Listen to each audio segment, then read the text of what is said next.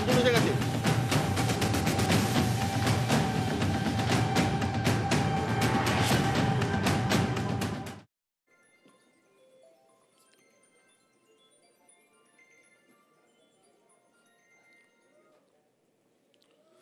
নমস্কার, আমি বিশ্ব মজুমদার। শুরু করছি সোজা সাপটা।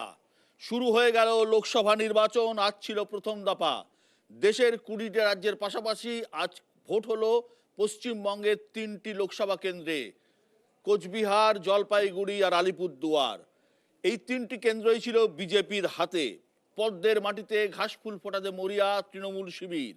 কার্যত ঘাঁটি গেড়ে প্রচার চালিয়েছেন মমতা বন্দ্যোপাধ্যায়। পিছিয়ে ছিল না বিজেপি, বারবার এসেছেন নরেন্দ্র মোদী। কেমন হলো ভোট? মোটের উপর শান্তিপূর্ণ। নির্বাচন কমিশনও তাই বলছে। ভোট পড়েছে বিপুল পরিমাণে। বিকেল 5টা পর্যন্ত ভোট পড়েছে 78%। এরপর 2-1% বাড়তে পারে, স্বাভাবিক যেটা। তবে এই শান্তিপূর্ণ ভোটেও অশান্তির খবর এসেছে কোচবিহার থেকে। প্রথম দফার ভোটে এই রাজ্যে, এই জেলায় 12 জন গ্রেপ্তার হয়েছেন, সবাই কোচবিহারের।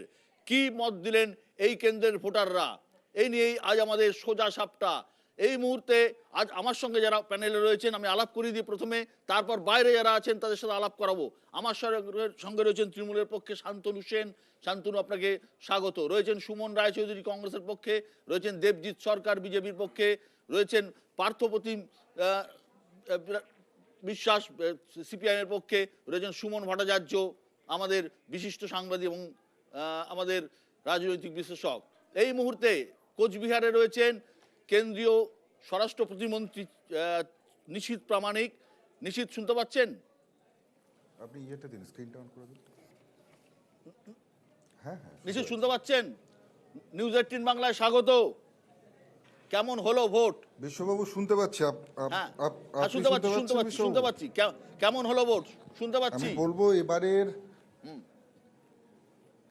এবারের নির্বাচন এত অবাধভাবে নির্বাচন হবে, আমরা সত্যি ভীষণ খুশি যে নির্বাচন কমিশন অত্যন্ত গুরুত্ব দিয়ে বিষয়টিকে দেখেছেন। এবারে প্রথম রক্তপাতহীন নির্বাচন উত্তরবঙ্গের মানুষ দেখলেন, যেটা আমরা পঞ্চায়েত নির্বাচনেও দেখেছি যে বুথের ভেতর তৃণমূল কংগ্রেসের কর্মীরা এসে বোমা ছুঁড়েছিলেন এবং আমাদের বহু কর্মী কিন্তু হতাহতর ঘটনা আমরা শুনেছিলাম। এবারের নির্বাচনে এমন একটি ঘটনাও কিন্তু হয়নি। ভায়োলেন্স হয়েছে, একেবারে হয়নি সেটা বলবো না। যা ভায়োলেন্স হয়েছে তৃণমূল কংগ্রেস সেই ভায়োলেন্সকে বলবো তৃণমূল কংগ্রেসের দ্বারাই হয়েছে। আমি বলেছিলাম যে উদয়ন গুহকে আইসোলেট করা হোক, তাকে যে আইসোলেট করা হলে এই ভায়োলেন্সটাও হতো না, আরও অবাধ এবং শান্তিপূর্ণ ভোট কোচবিহারে হতো, এটা আমি নিশ্চিতভাবে বলতে পারি। সবাই বলছে এই নির্বাচন তো কোচবিহারের নিশীথ প্রামাণিক বনাম উদয়ন গুহর লড়াইতে পরিণত হয়েছে।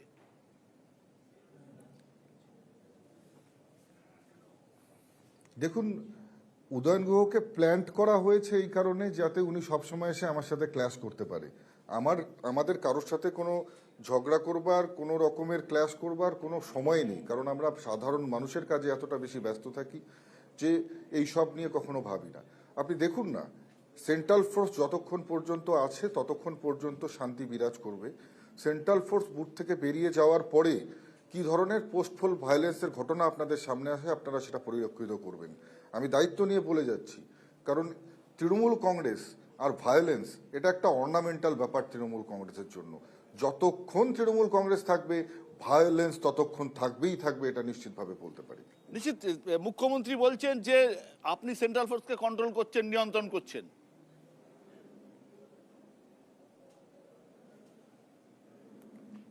দেখুন, আপনাকে মুখ্যমন্ত্রী কি বলবেন না বলবেন তার প্রত্যুত্তর আমি দিতে আপনার সবসময় আমি বাধ্য নই। যে মুখ্যমন্ত্রী মঞ্চে দাঁড়িয়ে স্ল্যাং ইউজ করছে, যে মঞ্চে দাঁড়িয়ে তুই তোকারি করছে, যে গালিগালাজ করছে, সেই মুখ্যমন্ত্রীর মাথা ঠিক আছে বলুন তো? মুখ্যমন্ত্রীর মাথা সম্পূর্ণ খারাপ হয়ে গেছে। আমি দায়িত্ব নিয়ে বলছি, উত্তরবঙ্গে এসে তৃণমূল কংগ্রেসের সাংগঠনিক এই পরিণতি, এই পরিস্থিতি দেখে সম্পূর্ণভাবে মুখ্যমন্ত্রী একেবারে তিনি বলবো যে সম্পূর্ণভাবে তার মস্তিষ্কের বিকৃতি ঘটেছে। কারণ একজন মুখ্যমন্ত্রী কখনো মঞ্চে দাঁড়িয়ে স্ল্যাং ইউজ করতে পারে? এটা শব্দের চয়ন হতে পারে? আপনি আপনি বলছেন নির্বাচন কমিশন যদি সেভাবে কাজ করতো তাহলে আরো ভালোভাবে ভোট হতো। আপনি কি নির্বাচন কমিশনের উপরে পুরোপুরি সন্তুষ্ট নন? না, দেখুন, আমি বলছি যে নির্বাচন কমিশন বাংলার যে গত যতগুলো বিগত দিনের নির্বাচন হয়েছে সেই নির্বাচনের নিরিখে এবারের নির্বাচন অনেক অবাধ এবং শান্তিপূর্ণ হয়েছে, এবং এই শান্তিপূর্ণ নির্বাচন দেখে তৃণমূল কংগ্রেসের মাথা খারাপ হয়ে গেছে সেটাও জানি। তবে বলবো যে নির্বাচন কমিশনের কিছু কিছু ছোট ছোট লুফল থেকে গেছে, যেমন সেক্টরগুলোতে সেন্ট্রাল প্যারামিলিটারি ফোর্স না দেওয়াতে কিছু কিছু জায়গাতে বুথ জ্যাম করার প্রয়াস, মানে ধরুন যে অ্যাপার্টমেন্টগুলো আছে বা যেখান থেকে বিপুল সংখ্যক লোক যেখান দিয়ে পাস করে, এরকম রাস্তা চৌমাথা কিছু কিছু প্যাচেস আছে, সেই জায়গাগুলোতে যদি আরও বেশি প্রোটেকশনের ব্যবস্থা থাকতো তাহলে এই পোলিং পার্সেন্টেজটা আরও বাড়তো। সাধারণ মানুষ অবাধে ঘর থেকে বেরিয়ে এসে নিজের গণতান্ত্রিক অধিকার প্রয়োগ করতেন।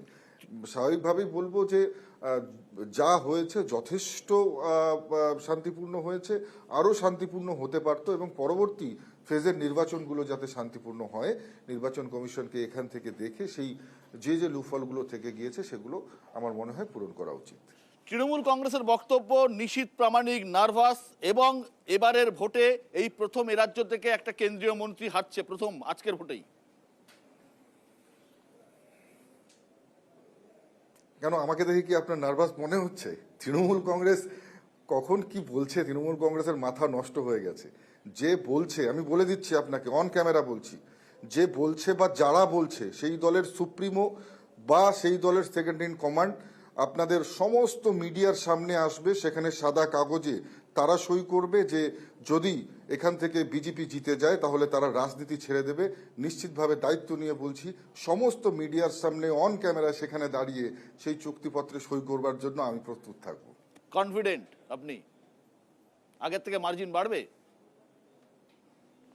ডেফিনেটলি। সারা বছর ধরে মানুষের জন্য কাজ করেছি, মানুষ যেভাবে দুহাত ভরে আশীর্বাদ করেছে, এবং মানুষের পালসটা বুঝি, বুথ থেকে রাজনীতি করে উঠে এসেছি, প্যারাশুট থেকে নামিনি। অনেক অনেক ধন্যবাদ নিশীথ আমাদের সঙ্গে থাকার জন্য, অনেক অনেক ধন্যবাদ, ভালো থাকবেন। আমার সঙ্গে রয়েছেন তৃণমূল কংগ্রেসের নেতা এবং রাজ্যের উত্তরবঙ্গে উন্নয়ন মন্ত্রী উদয়ন গুহ। উদয়ন দা, স্বাগত নিউজ 18 বাংলায়। শুনলেন তো নিশীথ প্রামাণিক কি বললেন? নমস্কার। নিশীথ প্রামাণিক কি বললেন শুনলেন? আপনি অশান্তি করছেন সমস্ত জায়গায়। মাথা খারাপ হয়ে গেছে কার? আমি অশান্তি করছি? আজকে যখন প্রথম অশান্তিটা হয় তখন সেটা ভেটাগুড়িতে হয়। আমাদের যে ব্লক সভাপতি, সেই ব্লক সভাপতি আক্রান্ত হয়, ব্লক সভাপতিকে বীভৎসভাবে মারধর করা হয়, তাকে হাসপাতালে ভর্তি করতে হয়। সে ছবি আপনারা দেখেছেন, রক্তাক্ত অবস্থায় সে দিনাটা হাসপাতালে ভর্তি হয়েছে, এখনো হাসপাতালেই আছে। আর সেটা ঘটেছে নিশীথ প্রামাণিকের বাড়ির থেকে কয়েক মিটার দূরে। তারপরে আমি সারাদিন যেখানে যেখানে গেছি সেখানে আর কোনো সমস্যা ঘটেনি বা হয়নি বা হওয়ার কোনো প্রশ্ন আসে না। আর নিশীথ প্রামাণিক ওই যে গোলমালটি পাকিয়ে দিয়েছেন, দিয়ে তারপরে ঘরে ঢুকে গেছেন, আমাকে গৃহবন্দী করতে চেয়ে তিনি নিজেই গৃহবন্দী হয়ে গিয়েছিলেন। পরবর্তীকালে বোধহয় ঘন্টাখানেকের জন্য বেরিয়ে বাজারটা ভালো নয় বুঝে আবার ঘরে ঢুকে গেছেন। বলছেন যে বছর ধরে মানুষের কাজ করেছেন।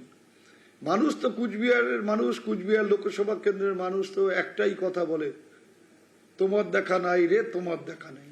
5 বছর আগে ওই যে ভোট নিয়ে চলে গেলেন, চেহারা সন্ন্যাসী রাজার মতো করলে পরেই ব্যাংক সোনার দোকানে ডাকাত কখনো সন্ন্যাসী রাজা হয় না। উদয়ন দা, কেউ কেউ বলছেন একটা 74 বছরের বৃদ্ধ রাস্তার গুন্ডায় পরিণত হয়েছে, কি বলবেন? আমার 74 বছর এখনো হয়নি।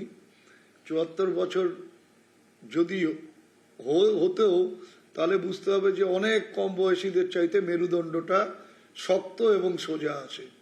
তার জন্য যে কোনো অন্যায়ের বিরুদ্ধে রুখে দাঁড়াতে কোনো দ্বিধাবোধ করি না। সবাই যখন চিন্তা করে, ভাবে যে কি করব, সেই সময় আমাকে রাস্তায় পাওয়া যায়। আপনি ঠিকই বলেছেন, রাস্তায় নেমে কর্মীদের পাশে দাঁড়ানোর নামই হচ্ছে উদয়ন গুহ। উদয়নদা, ভোটের ভবিষ্যৎ করতে আমি যখন কোচবিহার গিয়েছিলাম, আপনি বলেছিলেন এবারে যদি আমরা কোচবিহার জিততে না পারি, আমার জীবদ্দশায় আর কোচবিহার সিট পুনরুদ্ধার করতে পারবো না। আপনি কনফিডেন্ট?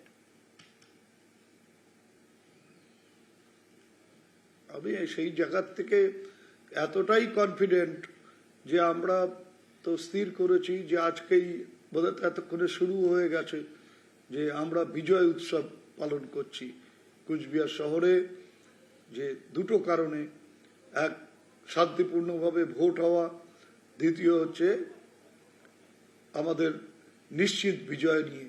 আর একটা জিনিস আমি বলি, আমি শুনছিলাম সন্ন্যাসী রাজার মুখ থেকে যে বলছিলেন যে নির্বাচন কমিশন এত ভালো কাজ করেছে যে এত সুন্দর শান্তিপূর্ণভাবে ভোট হলো। এই তিনি দুপুরবেলা আজকে নির্বাচন কমিশনের সরাসরি সমালোচনা করে বলেছেন যে নির্বাচন কমিশনকে আরো সক্রিয় হওয়া উচিত। আপনাদের যিনি সাংবাদিক আছেন, যিনি দিনাটা কভার করেছেন, তাকে জিজ্ঞেস করবেন, তার কাছে রেকর্ড করা আছে যে এই কথাটা যদি না বলে থাকে নিশীথ প্রামাণিক, তাহলে আমিও বলছি যে আমি রাজনীতি পদত্যাগ করবো। আর যদি বলে থাকে তাহলে ও ছাড়বে তো? ঠিক। ও যখন মুখ্যমন্ত্রীকে চ্যালেঞ্জ করছে তখন ও ছাড়বে তো? আপনার সামনে আপনি শুনলেন নিশীথ বলছেন যে আপনাকে প্ল্যান করা হয়েছে গন্ডগোলের জন্য, নিশীথকে সাথে গন্ডগোলের জন্য প্ল্যান করা হয়েছে। ওর জন্মের আগের থেকে আমি রাজনীতিতে যুক্ত, ওর জন্মের আগের থেকে কুচবিহারের মানুষ আমাকে চেনে, আমাদের পরিবারের একটা ব্যাকগ্রাউন্ড আছে। তা এই আমাকে মানে প্ল্যান করে কারো কিছু করতে হয় না। আমি জন্মিয়েছি রাজনীতির বীজের থেকে। তা কাজেই নতুন করে ওই কলম লাগিয়ে উদয়ন গুহ তৈরি করার কোনো দরকার হয় না, ক্লোন করে উদয়ন গুহ তৈরি করার দরকার হয় না। উদয়ন গুহ মাটি ফুঁড়ে জন্মিয়েছে, বীজ থেকে উদয়ন গুহ জন্মিয়েছে, রাজনীতির বীজ থেকে উদয়ন গুহ জন্মিয়েছে। আর যে বলছে যে প্যারাশুট থেকে নামা নেতা, ওর কাজই তো ছিল সেই প্যারাশুট মুছে, কাপড় টাপড় দিয়ে মুছে পরিষ্কার করে তৈরি করে রাখা। যিনি প্যারাশুটে উঠে নামবেন তার জুতো টুতো পরিষ্কার করে রাখা, সাজিয়ে রাখা, এইটাই তো ওর কাজ ছিল। আজকে প্যারাশুট করে কে নামছে তার কথা বলছেন। ও কি করতো কলকাতায়? কোচবিহার পুনরুদ্ধারের ব্যাপারে আপনি আত্মবিশ্বাসী তো?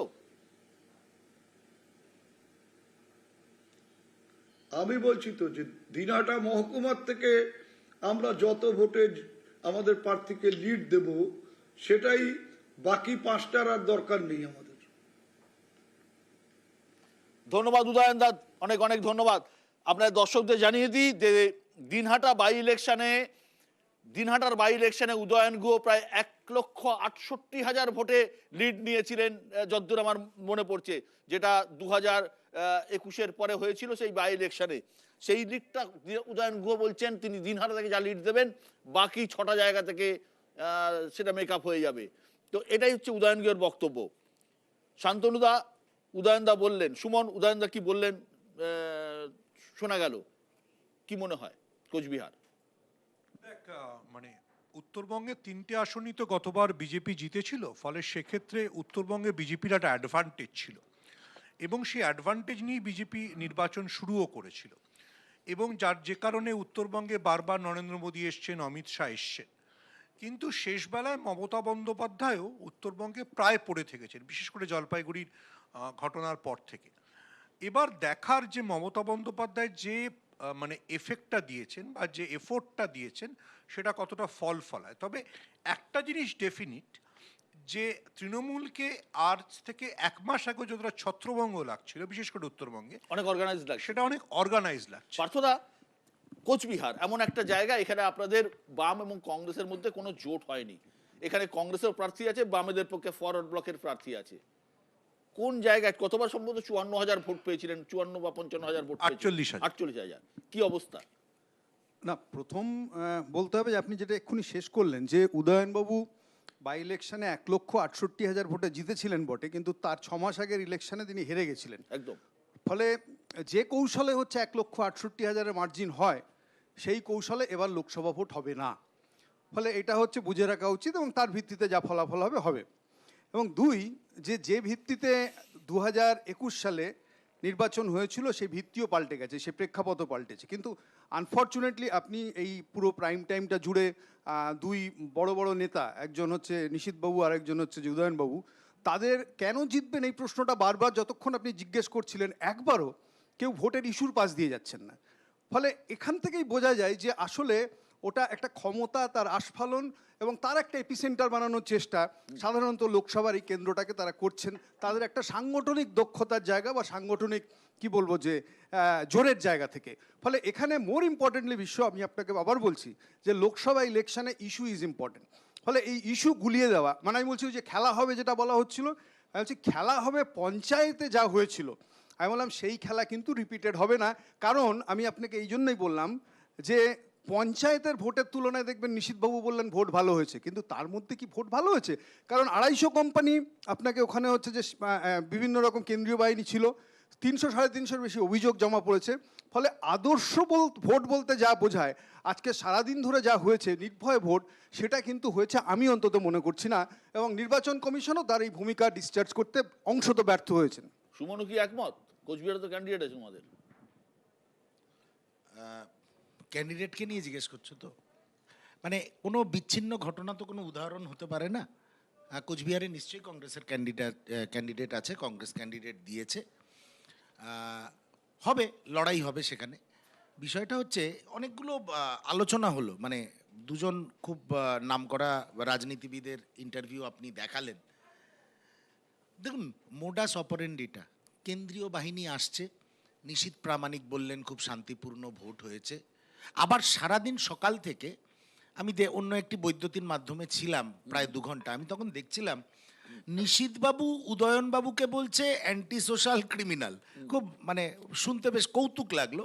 আবার উদয়নবাবু নিশীথবাবুকে বলছে অ্যান্টি সোশ্যাল ক্রিমিনাল, সোনা রূপো হিরে অনেক কিছু বলল। সে বলতেই পারে, রাজনীতিতে এই ধরনের চর্চা, অ্যাটাক কাউন্টার অ্যাটাক চলতেই পারে। যে বিচ্ছিন্ন ঘটনাগুলো ঘটেছে, কেন্দ্রীয় বাহিনী এবং নিরাপদ নির্বাচন, এই যে দুটো কথা ততক্ষণ ফুলপ্রুফ হবে না যতক্ষণ কেন্দ্রীয় বাহিনীর কাজের পদ্ধতি এবং কাজের পরিধি বদল না হবে। কেন্দ্রীয় বাহিনীকে কি বলছে নির্বাচন কমিশন? বুথের ভিতরে দায়িত্ব থাকবে। কেন শুধু বুথের ভিতরে কেন থাকবে? বুথ থেকে 200 মিটার দূরে বাংলার শাসক দলের হারমাদরা যদি মানুষকে ভয় পাওয়ায় বা গ্রামের সরল মা বোনেদের ভয় পাওয়ায় যে ভোট দিতে যেতে হবে না, সে তো ভোট কেন্দ্র অবধি যেতে পারবে না। আরে ভোট কেন্দ্রে গেলে তবে তো কেন্দ্রীয় বাহিনী সুরক্ষা দেবে। তা মোডাস অপারেন্ডিটা চেঞ্জ করতে হবে, একদম এই বিষয়ে ব্যর্থ। বক্তব্য যে আপনারা তো ভোটারদের বুথ অব্দি যেতেই দিচ্ছেন না। দেখুন, আমার আগে দুজন যারা বললেন মানুষের রায় তারা শূন্য, তো তাদের কথার কি গুরুত্ব আছে নাম্বার 1। আর নাম্বার 2, আজকে সংবাদ মাধ্যমে সারা বাংলা তথা সারা ভারতবর্ষের মানুষ দেখলো যে প্রদেশ কংগ্রেসের সভাপতি সিপিএমের কাস্তে হাতুড়ি দেওয়া উত্তরীয় পড়ে সেলিম সাহেবকে হাতে নিয়ে ঘুরে বেড়াচ্ছে।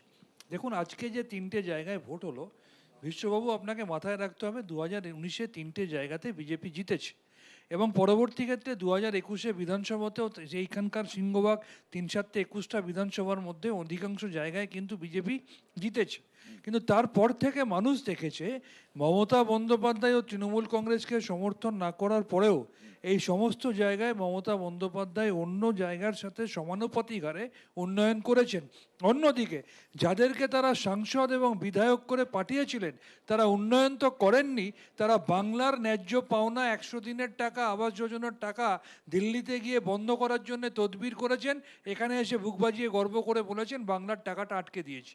তাই বাংলার মানুষ এই বহিরাগত এবং বাংলা বিদ্বেষী ভারতীয় জুমলা পার্টিকে বিসর্জন দেওয়ার মনস্থির করে নিয়েছে। তার প্রথম প্রতিফলন পঞ্চায়েত নির্বাচনে হয়েছে এবং 4 জুন যখন ব্যালট বাক্স গোনা হবে তখন বুঝবেন যে তার আসল প্রতিফলনটা কিভাবে হলো। দেবজিৎ, আমাকে এক লাইন দিতে হবে আসবো। না, এক লাইন নিশ্চয়ই দেবো। উনি অধীরবাবুকে রেফার করেছেন। আরে দেবো, নিশ্চয়ই দেবো। দেবজিৎ, তৃণমূলের বক্তব্য যে 4ই জুন প্রতিফলন এবং সেটা শুরু হবে কোচবিহার থেকে। তার আগে একটু বলি বিশ্বদা, আজকের যে নির্বাচন, সেই নির্বাচন বাংলায়, পশ্চিমবাংলায় নির্বাচন হবে 2-1টা এরকম সংবাদ মাধ্যমের ভাষায় বিচ্ছিন্ন ঘটনা হবে না তা তো নয়। এগুলো তো হবেই, তা নাহলে নির্বাচন আর পশ্চিমবঙ্গে কি করে হলো? পশ্চিমবঙ্গটাকে তো আমরা আর গুজরাট বানিয়ে দিতে পারি না যে নির্বাচন হবে, সব পক্ষ হাসাহাসি করবে না, এক পক্ষ দাঁড়িয়ে থাকে, কেউ কারো চুল ধরে টানবে না, দুটো চড়ও পড়বে না। এ তো গুজরাটে এরকম হয় মিষ্টি নির্বাচন, এখানে পশ্চিমবঙ্গে তো গুজরাট বানাতে পারি না, ইউপিও বানিয়ে দিতে পারবো না। পশ্চিমবঙ্গ পশ্চিমবঙ্গেই আছে, চেষ্টা করব বদলাতে। তবে আজকে একটা অদ্ভুত জিনিস দেখলাম, এই যে তৃণমূল কংগ্রেস এতদিন ধরে একচেটিয়াভাবে বুথ দখল, বুথ জ্যাম, সাধারণকে ভোট দিতে বাধা দেওয়া ইত্যাদি করে যাচ্ছিল, যেটা সিপিএম আমলে বামেরা করতেন, ওই দেখানো পথকে আরও ভালো করে আরও এগিয়ে নিয়ে গিয়ে উন্নততরভাবে। তো সেটাতে মানুষ আজকে সিআরপিএফ কিংবা নির্বাচন কমিশনকে ফোন করবেন, তাড়াতাড়ি ভ্যান আসবে, তা নয়, সরাসরি নিজেরাই বিষয়টাকে হাতে নিয়েছেন। বিফিটেড রিপ্লাই, সোজা কথা, তৃণমূল যে ভাষায় সাধারণ মানুষকে ভোটদানে বাধা আরো দিয়েছেন, উন্নততর। ঠিক সেই ভাষাতেই সাধারণ মানুষ তারা কিন্তু বাধা দিয়েছে। একটা অদ্ভুত ঘটনা সাধারণত কি দেখা যায় নির্বাচনে, যে দুটো বা তিনটে যুযুদান রাজনৈতিক দলের কর্মীরা সকাল বিকেল মার খাচ্ছে। নির্বাচনের দিন বুথ সভাপতি মার খেয়েছেন, উদয়নবাবু হাহাকার করছিলেন। তো এই যে মারামারি ইত্যাদি, তৃণমূলের বুথ সভাপতি মার খেয়েছেন, ভূভারতে এরকম জিনিস শুনেছেন, আজ কিন্তু মারটা খেয়েছেন, এটা ঘটনা। এবং কে মেরেছেন, দাদা ডেকেছে, দাদার হাতে কলম ছিল, ছুঁড়ে মেরেছে, এইসব গল্প টল্প না, সরাসরি উনি বলছেন বিজেপির লোকেরা মেরেছেন, উনি ওনার পলিটিক্যাল সিস্টেম থেকে বলছেন। কিন্তু বেসিক্যালি সাধারণ মানুষকে চোখে পাথর ছুঁড়ে, কারা পাথর ছুঁড়তে পারে ভালো সেটা সবাই জানে, তৃণমূলের হয়ে তারা ভালো করে পাথর ছুঁড়েছে, এবং ছুঁড়ে একজন ভোট কর্মীর নয়, ভোট দিতে যাচ্ছে তার চোখে আঘাত করে চোখটাকে নষ্ট করে দিয়েছিল। তারপরে মানুষ জেগেছে। আবারও বলছি, এই যে বিফিটেড রিপ্লাই, এই যে উত্তরটা ওদের ভাষাতেই ফেরত দেওয়া, সাধারণ মানুষ জাগছে। এই যে তিনটে ভোট হলো, লাস্ট একটা লাইন, বাকি 42 থেকে 3 বাদ দিলে যেগুলোতে থাকবে সেগুলোতেও তৃণমূল কংগ্রেসকে সতর্ক থাকতে হবে। তৃণমূল কংগ্রেস আশা করি সতর্ক থাকবেন, কেননা তৃণমূল কংগ্রেসের ভাষা রাজ্যপালকে যেরকমভাবে অকথা শিখিয়েছিলেন, মানুষ ওদের প্রবন্ধ লেখা শুরু করেছে। আসবো সুমন, আসবো, ধন্যবাদ সুমন, আসবো দেবজিৎ, আবার আসবো। এই মুহূর্তে আলিপুরদুয়ার কেন্দ্রে, যেখানে আজকে আরেকবার ভোট হয়েছে, আলিপুরদুয়ার এবং জলপাইগুড়ি। আলিপুরদুয়ার কেন্দ্রে আমার সঙ্গে রয়েছেন মনোজ টিগ্গা। মনোজ, নিউজ 18 বাংলা আপনাকে স্বাগত। শুনতে পাচ্ছেন? ধন্যবাদ দাদা, ধন্যবাদ। হ্যাঁ, এই আলিপুরদুয়ার কেন্দ্র, যে আলিপুরদুয়ারে প্রধানত চা বাগান, জনজাতির ভোট রয়েছে। আলিপুরদুয়ার এমন একটা জায়গা যেখানে আজকের ভোটে একটা ছোটখাটো অশান্তিও হয়নি। যেখানে কোচবিহারে সাধারণত কোচবিহারের ট্র্যাডিশন হয়, সাধারণত দেখেছি, পঞ্চায়েত ভোটে দেখেছি, তার আগের ভোটে দেখেছি, 19-এর ভোটেও দেখেছি, কিন্তু আলিপুরদুয়ারে কোথাও কোনো সাধারণ ঘটনাও ঘটেনি। কিভাবে সম্ভব হলো এটা?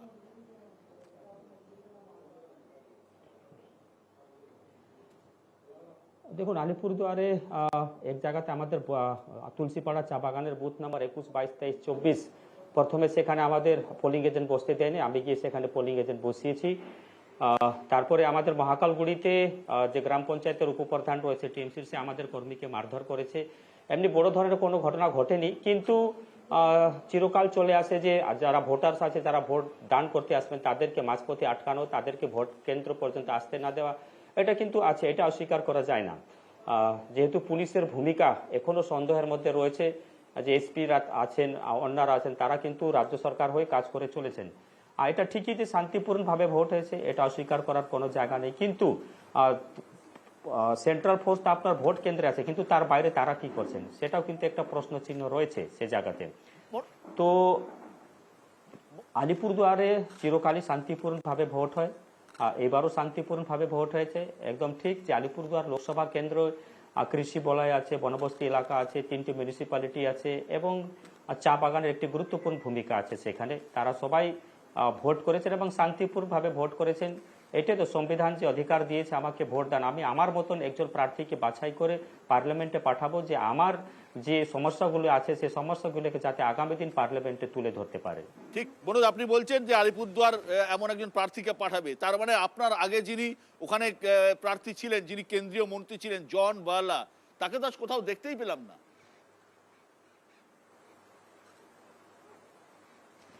না, উনি এমপি এবং মন্ত্রী যথেষ্ট কাজ করেছেন। দেখুন, পশ্চিমবঙ্গে যে আপনারা দেখেছেন যে কোন জায়গাতে আমাদের মাননীয় মুখ্যমন্ত্রী অনেক জায়গাতে প্রশাসনিক বৈঠক করেছেন, কিন্তু আপনি বলুন তো কোন জায়গাতে বিরোধী দলের যারা সাংসদ আছেন, যারা বিধায়ক আছেন, যারা মন্ত্রী আছেন, তাদেরকে ডাকা হয়েছে?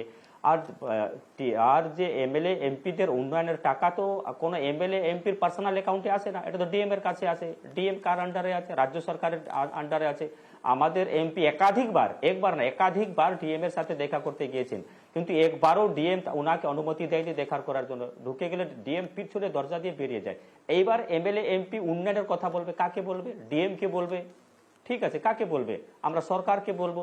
এই 5 কোটি টাকা দিয়ে তো একটা লোকসভা কেন্দ্রের উন্নয়ন করা যায় না। উন্নয়নের কাজ করার দায়িত্ব হচ্ছে সরকারের। হ্যাঁ, আমাদেরকে 5 কোটি টাকা এমপি কে দিয়েছে, সেটা প্রপোজাল আকারে আমরা তো ডিএম কে দেবো। এবার কাজ করার দায়িত্ব আছে ডিএম এর। আমি তো প্রপোজাল, যদি কেউ জন বার্লা প্রপোজাল দিয়েছেন কোন জায়গায় রাস্তা হবে, কোন জায়গায় পানি জলের ব্যবস্থা করতে হবে, কোন জায়গায় লাইটের ব্যবস্থা করতে হবে, একজন সাংসদ হিসাবে একজন সাংসদ ডিএম কে প্রপোজাল দিতে পারে। কাজ করার দায়িত্ব হচ্ছে ডিএম। 2,43,000 ভোটে কার অধীনে আছে? রাজ্য সরকারের অধীনে আছে। মনোজ, 2,43,000 ভোটে আপনারা 2019 সালে এই কেন্দ্রটা জিতেছিলেন, 2,43,000 ভোটে। তারপরের পঞ্চায়েত নির্বাচন, পুরসভা নির্বাচন, আলিপুরদুয়ারে সমস্ত জায়গায় আপনাদের রেজাল্ট খুবই খারাপ। আপনি কনফিডেন্ট এই কেন্দ্র ধরে রাখার ব্যাপারে? পশ্চিমবঙ্গে কি লোকাল বডি ইলেকশন হয়? পঞ্চায়েত ইলেকশন কি ইলেকশন হয়? লোকাল বডি যে মিউনিসিপ্যালিটি ইলেকশন কি ইলেকশন হয়?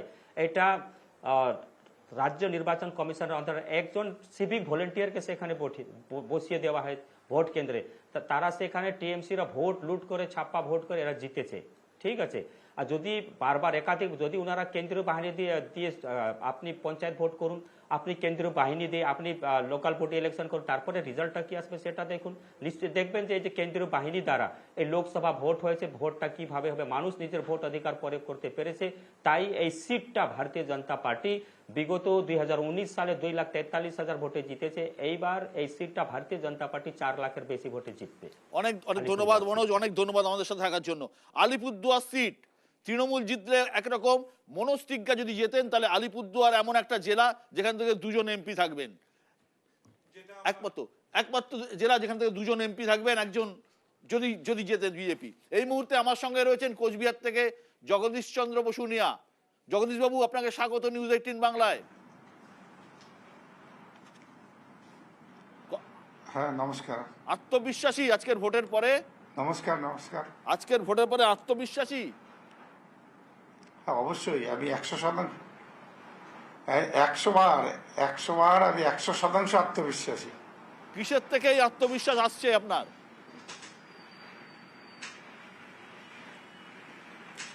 যেভাবে মানুষ স্বতঃস্ফূর্তভাবে বাড়ির থেকে বেরিয়ে এসে ভোট দিয়েছেন, এবং বিশেষ করে মহিলা ভোটার, তারা সবচেয়ে বেশি ভোটের লাইনে ছিলেন, এবং তাদের চোখ মুখ দেখলেই বোঝা যাচ্ছে যে তারা লক্ষ্মীর ভাণ্ডারের টাকা পেয়েছেন এবং দিদির জন্য পেয়েছেন, এবং দিদিকে তার রিটার্ন হিসেবে তারা এবার ভোটটা দেবেন। মানে লক্ষ্মীর ভাণ্ডার যদি 1 নম্বর আত্মবিশ্বাস হয়, দ্বিতীয় আত্মবিশ্বাস কি উদয়ন গুহ যেভাবে মাঠে নেমে লড়াই করেছেন?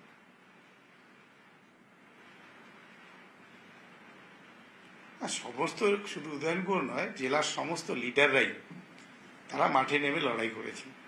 এবং উদয়ন গুহ যেহেতু উত্তরবঙ্গ উন্নয়ন দপ্তরের মন্ত্রী, তার একটু বাড়তি দায়িত্ব থাকেই, সে দায়িত্ব নিয়ে তিনি কাজ করেছেন। কিন্তু জেলার সমস্ত লিডাররাই এবার তৃণমূল কংগ্রেসকে জয়ী করার জন্য তারা মাঠে নেমেছেন। আজকে আমি খবর পেলাম, আমার রিপোর্টাররা খবর দিল যে আপনারা নাকি মিষ্টি বিতরণ করেছেন আজকে ভোটের পরে।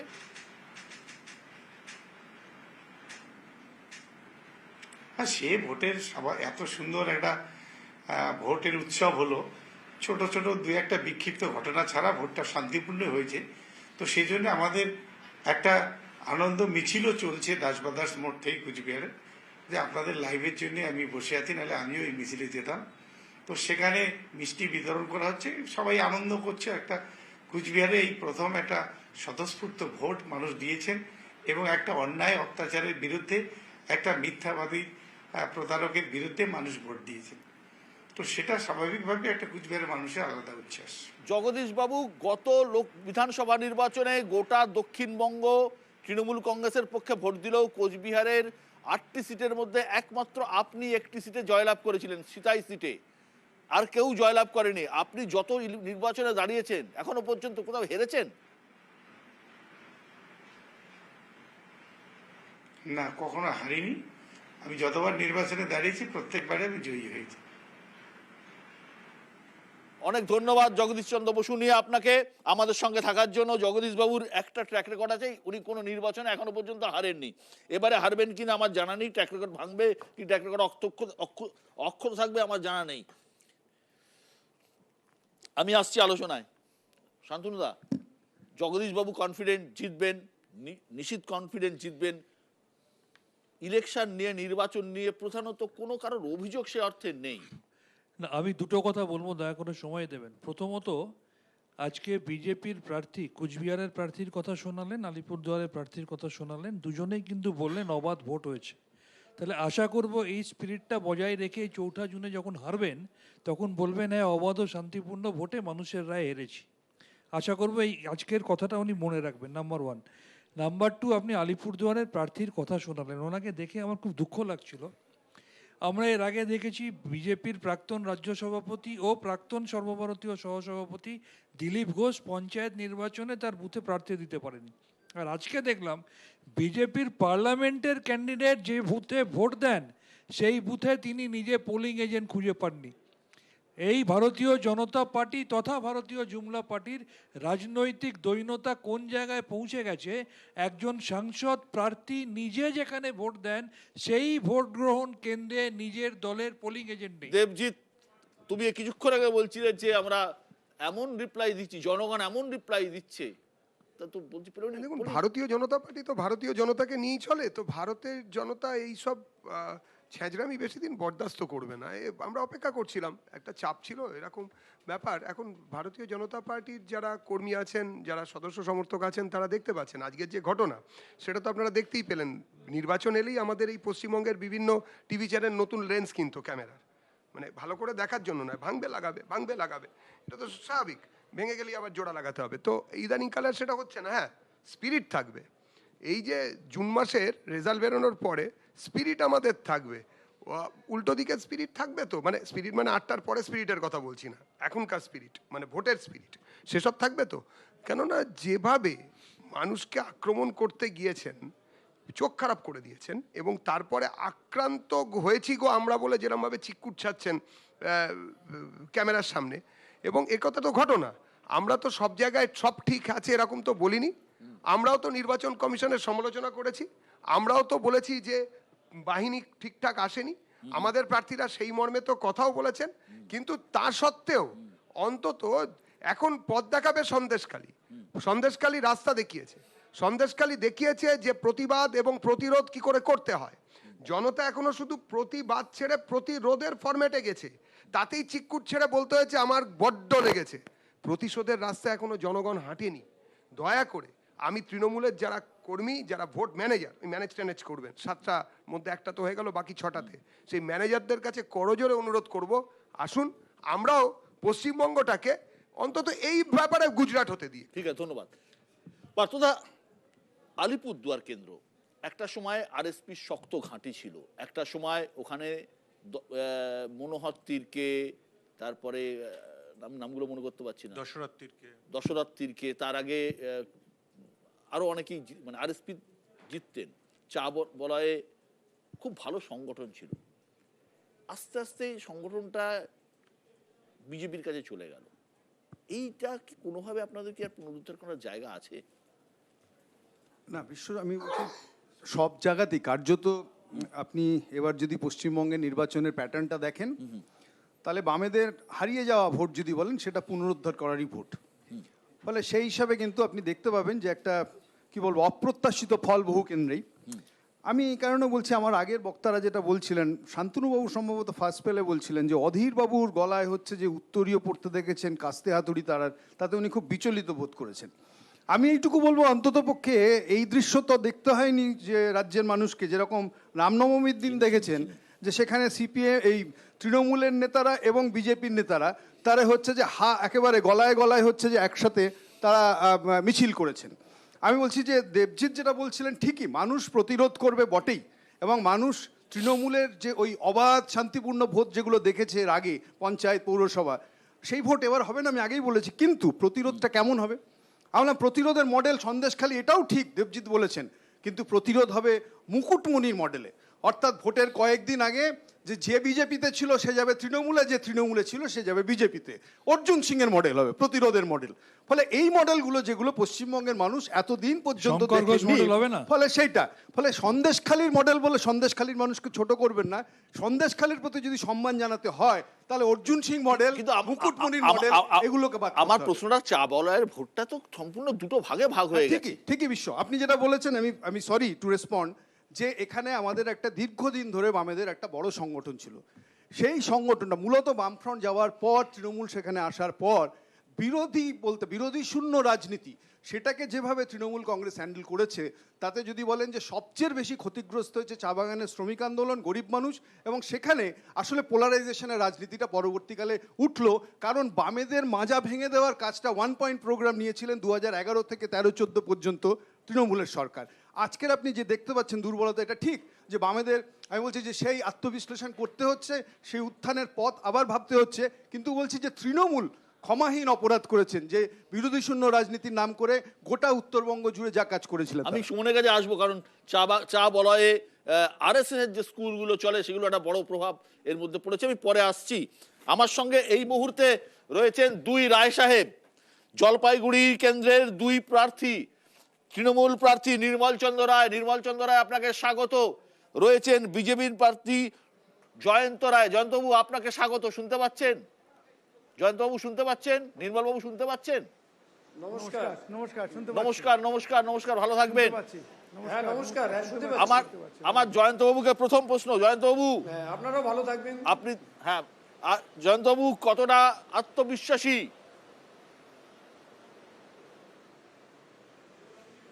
আমি 100% কনফিডেন্ট আমরা জিতছি। নির্মলবাবু আপনি? আমরা জিতছি, নির্মলবাবু আপনি? এখানে কোনো ডাউট নেই।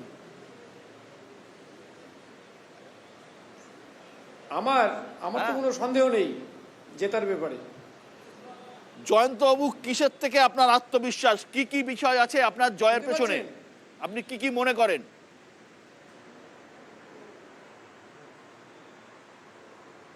আমাকে বলছেন? হ্যাঁ জয়ন্তবাবু, আমাকে আপনাকে বলছি। বলছেন? আপনাকে বলছি। হ্যালো। হ্যাঁ জয়ন্তবাবু, আপনাকে বলছি।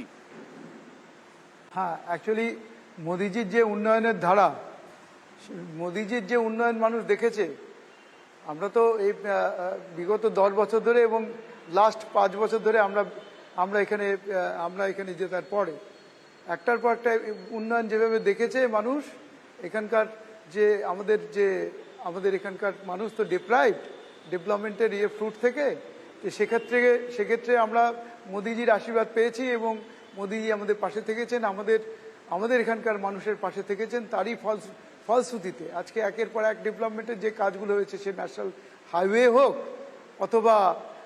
অথবা মেডিকেল কলেজ হোক, অথবা ওয়ার্ল্ড ক্লাস স্টেশন হোক, বা বন্দে ভারত এক্সপ্রেসের মতো ট্রেনই হোক। তো ওভারঅল যে ডেভেলপমেন্টের, এবং শুধু তাই নয়, এই যে গ্রামে গ্রামে আজকে বিদ্যুৎ, প্রতি বাড়িতে জল ইত্যাদি ইত্যাদি যে প্রকল্পগুলো হয়েছে, তাতে মানুষ মোদিজিকে দুহাত ভরে আশীর্বাদ করবেন, এবং আমাদের এখানকার মানুষও আমাদেরকে দুহাত ভরে আশীর্বাদ করছেন এবং করেছেন। এবং আমরা জলপাইগুড়ি লোকসভা কেন্দ্রটি এবার মোদিজির হাতকে শক্ত করার জন্য এখানকার মানুষ উপহার দিয়েছেন বলে, মানে আগামী রেজাল্টেই সেটা প্রমাণ পাওয়া যাবে বলে আমার বিশ্বাস। কিন্তু তৃণমূল তো অভিযোগ করছে যে সাম্প্রতিক যে টর্নেডো হয়ে গেল, যে ঝড় হয়ে গেল, সেই ঝড়ে আপনাদের জন্যই ক্ষতিপূরণ দেওয়া গেল না মানুষকে, পুরো ক্ষতিপূরণ। এটা কেমন ধরনের কথা? যেদিন এই ঝড়টা যেদিন হলো, সেদিন আমি তো সেখানে সন্ধ্যাবেলা থেকেই ছিলাম। যখন থেকে ঝড় হয়েছে কিছুক্ষণ পরেই আমি সেখানে পৌঁছেছি, রাত্রিবেলা ছিলাম। কই নেতাদের তো দেখলাম না বাড়ি বাড়ি গিয়ে শুধু চেহারা দেখিয়ে রাস্তা থেকে বেরিয়ে যাওয়া, তাছাড়া তো তারা সেরকম কিছু করেনি তৎক্ষণাৎ। সেই সমস্ত মানুষগুলোকে রেস্কিউ করার জন্য যেভাবে আমরা এনডিআরএফের যে ফোর্স আছে তাদেরকে ডেকে পাঠানো, তাদেরকে দিয়ে রেস্কিউ করানো, সেগুলো করেছি। শুধু তাই না, আমাদের কর্মীরা তাদের পাশে ছিলেন।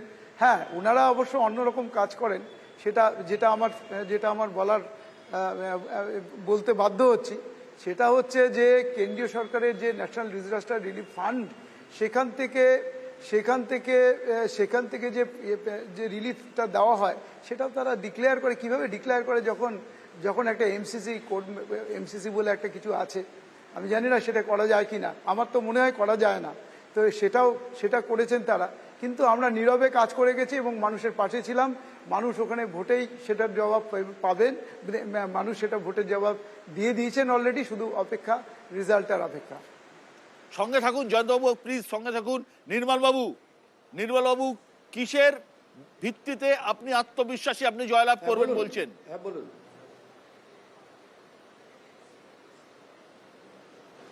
দেখুন, আমাদের বিশেষ করে উত্তর বাংলায় যেভাবে আমাদের পশ্চিমবঙ্গ সরকার উন্নয়নের যে উন্নয়নমূলক প্রকল্পগুলো যে গ্রাসরুট লেভেলে পৌঁছে দিতে পেরেছেন, এবং তার সাথে সাথে এই যে আপনার ধরুন এই যে লক্ষ্মীর ভাণ্ডার যেভাবে আমাদের পশ্চিমবাংলার মহিলাদের জন্য মানে এই প্রকল্পটা করেছেন, তাতে মহিলারা, প্রত্যন্ত গ্রামের মহিলারা তারা এত খুশি হয়েছেন যে এবার দেখবেন আর কি, আমি কয়েকটা বুথ ঘুরে টুরে বা আমি যখন প্রচার করেছিলাম আমি দেখতে পেয়েছিলাম যে বিজেপির বাড়ির যারা কঠোর বিজেপির সমর্থক তাদের বাড়ির মহিলারাও কিন্তু আমাদের তৃণমূলকে ভোট দেবে।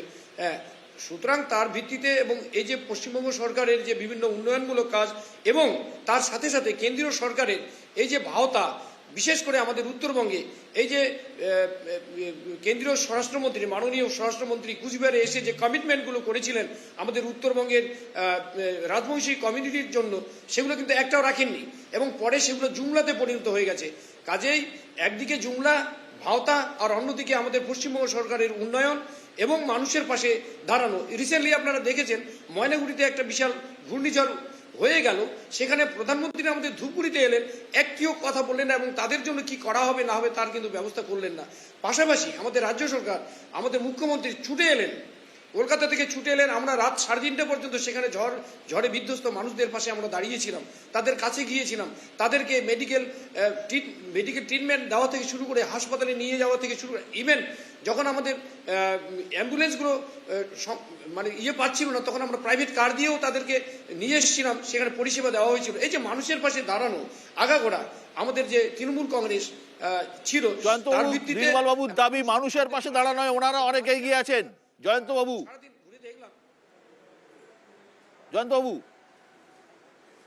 হ্যাঁ, উনারা দাবি করতে পারেন, আমরাও সেরকম আমরাও দাবি করতে পারি, কিন্তু আমরা অন্তপক্ষে আমাদেরকে এইভাবে এরকমভাবে রুল ব্রেক করার মতো কোনো ঘটনা আমাদের দেখা যায়নি।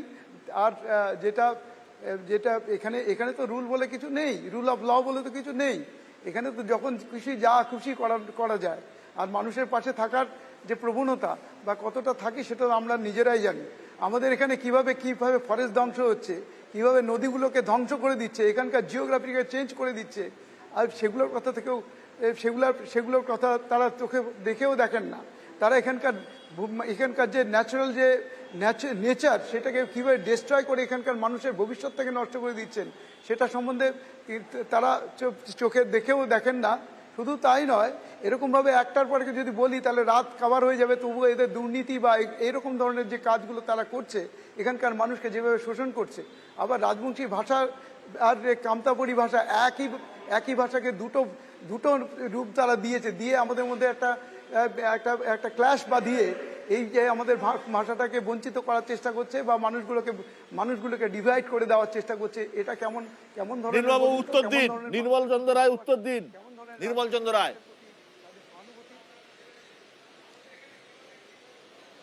বলুন কোনটার উত্তর চাই? যদি আপনি ভাষার কথা বলেন, পশ্চিমবাংলা সরকার উনি যেটা বলছেন আর কি, কিন্তু কেন্দ্রীয় সরকার তো এতদিন ঝুলিয়ে দিলেন আমাদের, একটা ভাষার রেকগনিশন দিন। তারা যদি পারেন, তারা তো অনেকবার বলেছিলেন যে এটা under consideration, but till now আমরা কিন্তু কোনোটার রেকগনিশন পেলাম না আর কি, এই শিডিউলটা ঢোকানোর জন্য। তাহলে এতদিন ধরে 10 বছর হয়ে গেল কেন্দ্রীয় সরকার ঝুলিয়ে রেখেছেন, একটা তো দিন। সেটা দিলেন না। ঠিক আছে, তো আর ফরেস্টের অল ইন্ডিয়া লেভেলে যদি আপনি দেখেন যে day by day all India লেভেলে আমাদের ফরেস্টের যে সংখ্যাটা সেটা কমে যাচ্ছে, সেখানে কেন্দ্রীয় সরকারের ভূমিকাটা পালন করছে না কেন? অনেক অনেক ধন্যবাদ জয়ন্ত রায়, নির্মল চন্দ্র রায়, দুজনকে অনেক অনেক ধন্যবাদ আমাদের সাথে থাকার জন্য। আপনাদের জন্য শুভকামনা রইল। আগামী 4 জুন 4ই জুন ভোটের ফল প্রকাশ হবে, জানা যাবে জলপাইগুড়িতে কে জিততে চলেছেন। আমি আলোচনায় ফিরছি। সুমন, তৃণমূল কংগ্রেসের যারাই কথা বলছেন তারাই কিন্তু বারবার একটা কথা বলছেন, তারা লক্ষ্মীর ভাণ্ডার। এই লক্ষ্মীর ভাণ্ডার কতটা প্রভাব ফেলবে? দেখ, যে লক্ষ্মীর ভাণ্ডার হওয়ার পর এটা প্রথম ভোট, এবং মমতা ব্যানার্জি যে পলিটিক্সটা করেন, মানে যেটাকে অনেকে বিরোধীরা ডোল পলিটিক্স বলে, কিন্তু আধুনিক পরিভাষায় যেটাকে বেনিফিশিয়ারি পলিটিক্স বলা হয়, তার একটা এফেক্ট এই নির্বাচনে তৃণমূল পেতেই পারে। আমি তার সঙ্গে 2-3টে পয়েন্ট অ্যাড করতে চাইব। সেটা হচ্ছে পার্থবাবুর বক্তব্য, পার্থদার বক্তব্যের সাথে আমি একমত যে দেবজিৎ বা বিজেপি যে প্রতিরোধের কথা বলছে, সেই প্রতিরোধের অদ্ভুত কেমিস্ট্রিটা হচ্ছে যে সেই প্রতিরোধের কেমিস্ট্রিটা তৈরি হচ্ছে নিশীথ প্রামাণিক, অর্জুন সিং, মানে যারা সবাই তৃণমূলের প্রোডাক্ট।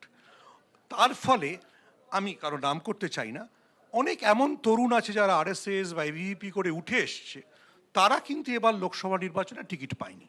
আমি কাউকে দুর্বল জায়গায় না না না, এটা তো মানে এটা তো একটা বিজেপির ভেতরে আভ্যন্তরীণ দ্বন্দ্ব, যে মানে তৃণমূল থেকে এলে 7 দিনে টিকিট পাওয়া যায়, আর যে বিজেপি হয়তো 20 বছর করছে সে টিকিট পাচ্ছে সব না। পার্টিতেই এরকম হচ্ছে দেখতে পাচ্ছি। 1 পয়েন্ট। কিন্তু যেটা বিগার কোয়েশ্চেন, যেটা মানে চা বাগান নিয়ে যে প্রশ্নটা ছিল, যে প্রশ্নটার বামেদেরকে উত্তর দিতে হবে, যে বামেরা তাহলে 34 বছর ধরে কি ক্লাস স্ট্রাগল শেখালো যে সেটা একদিনে বাম থেকে রামে শিফট হয়ে গেল। মানে শান্তনুবাবুর বক্তব্যটা তো ঠিক, যে মিছিলে রামনবমীতে তৃণমূল নেত্রী পাপিয়া ঘোষ হেঁটেছেন, সেই একই মিছিলে হাতের উল্কি লুকিয়ে শঙ্কর ঘোষের চে গুয়েভারার লুঙ্গিতে লুকিয়ে উনিও তো হেঁটেছেন রামনবমীতে। That is the biggest crisis of the left.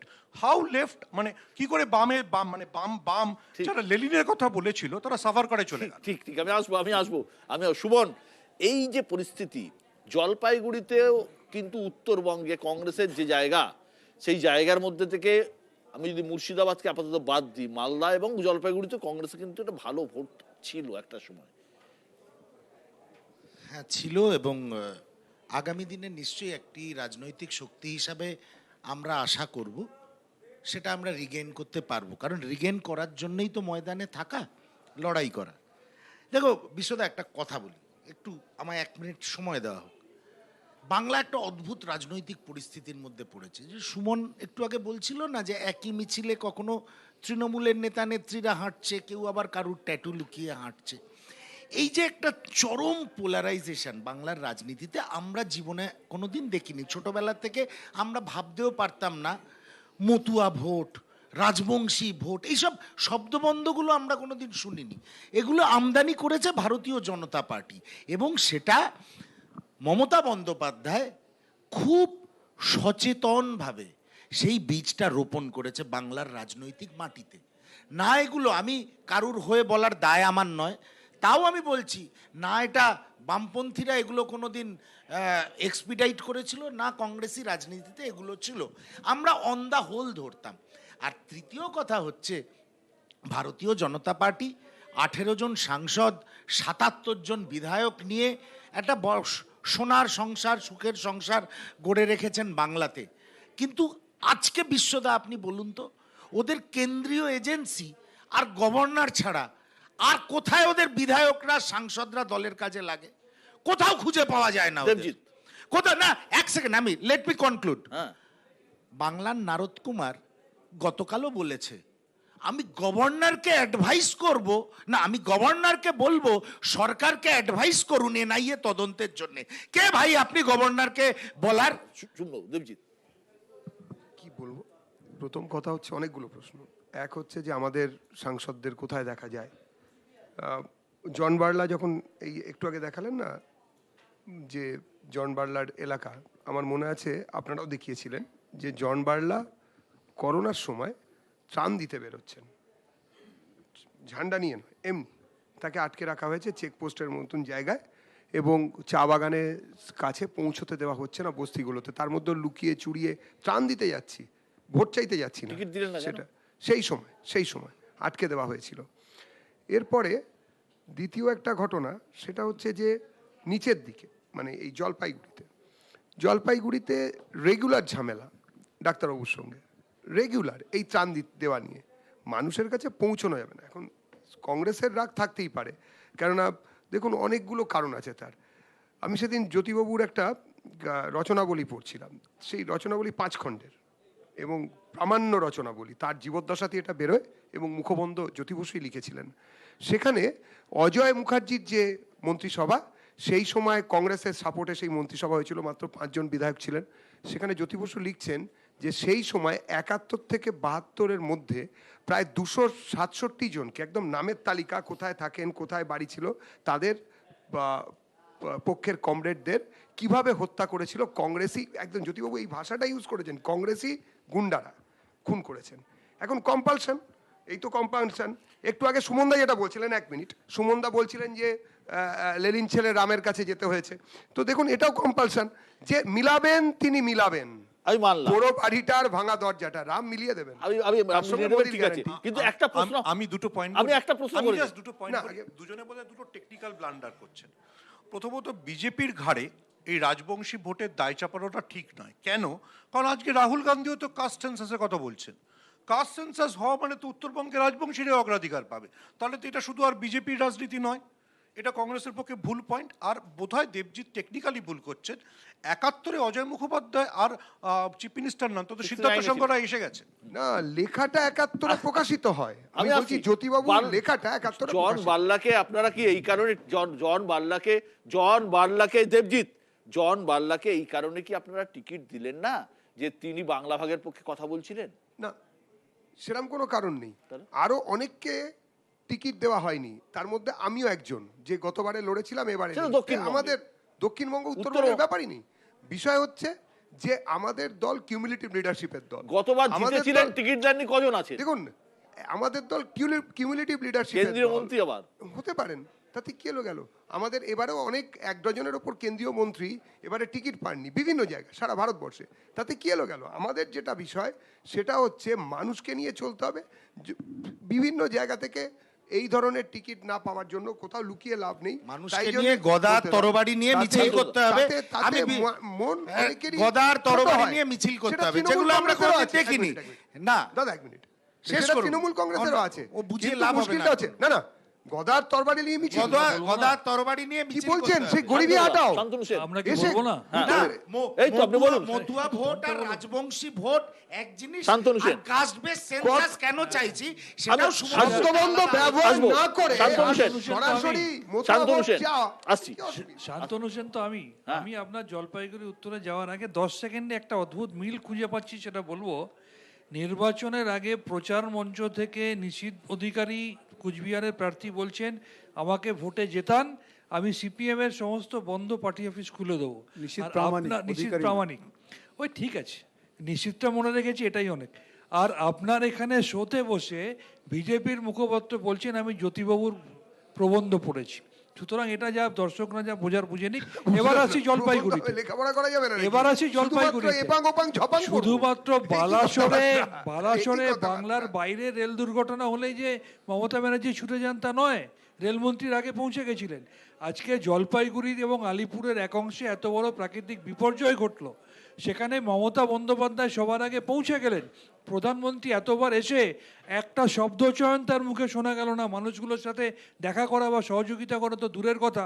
আমি 10 সেকেন্ডে বলি, আমফানের সময় যেমন প্রধানমন্ত্রী হেলিকপ্টারে করে ঘুরে বেরিয়ে 7,500 কোটি টাকা বাংলা খরচা করা সত্ত্বেও একটা টাকা বাংলাকে দেয়নি। অন্যদিকে তিস্তার বন্যায় সিকিমে যখন মানুষ ক্ষতিগ্রস্ত হয়েছিল, সেখানে 49 কোটি টাকা, যেহেতু বিজেপি আছে, সমপরিমাণ ক্ষতি হয়েছিল উত্তরবঙ্গে, যেহেতু তৃণমূল আছে সেখানে লবডঙ্কা। আর এখানে আমরা বললাম যে তোমরা 100 দিনের টাকার সাথে সাথে আবাস যোজনার টাকা দাওনি, তাই মানুষগুলোর বাড়ি ভেঙে গেছে, তোমাদের টাকা দিতে হবে না, আমরা টাকা দেবো, সেই পারমিশনটা দাও। বিজেপির অঙ্গুলি হেলনে আজকে নির্বাচন কমিশন সেই বাড়ি বানানোর পারমিশনটা, কেন্দ্রীয় বঞ্চনার অভিযোগ, মিথ্যে কথা কথার মানে আমি বলতে পারবো না, দাদা অনেক বড়, বয়সে বড়, সম্মানে বড়, আমি মিথ্যে শব্দটা ব্যবহার করছি, আমি অনিত ভাষণ বলি, তাহলে যা বোঝার মোদিজি বুঝবেন। থাকতে আর কেউ মিথ্যা বলতে পারে? এক মিনিট, ওই অনিত ভাষণ দাদা না করলেও পারতেন, কারণ ওখানে তো নির্বাচন তো শেষ হয়ে গেছে। আমি যে বলি যে প্রথম কথা হচ্ছে 20,000 করে টাকা প্রত্যেক ফ্যামিলির জন্য নির্বাচন কমিশন এর থেকে হাস্যকর আর কিছু হয় নাকি? একটা বাড়ি ভেঙে গেছে 20,000 টাকায় কি হবে?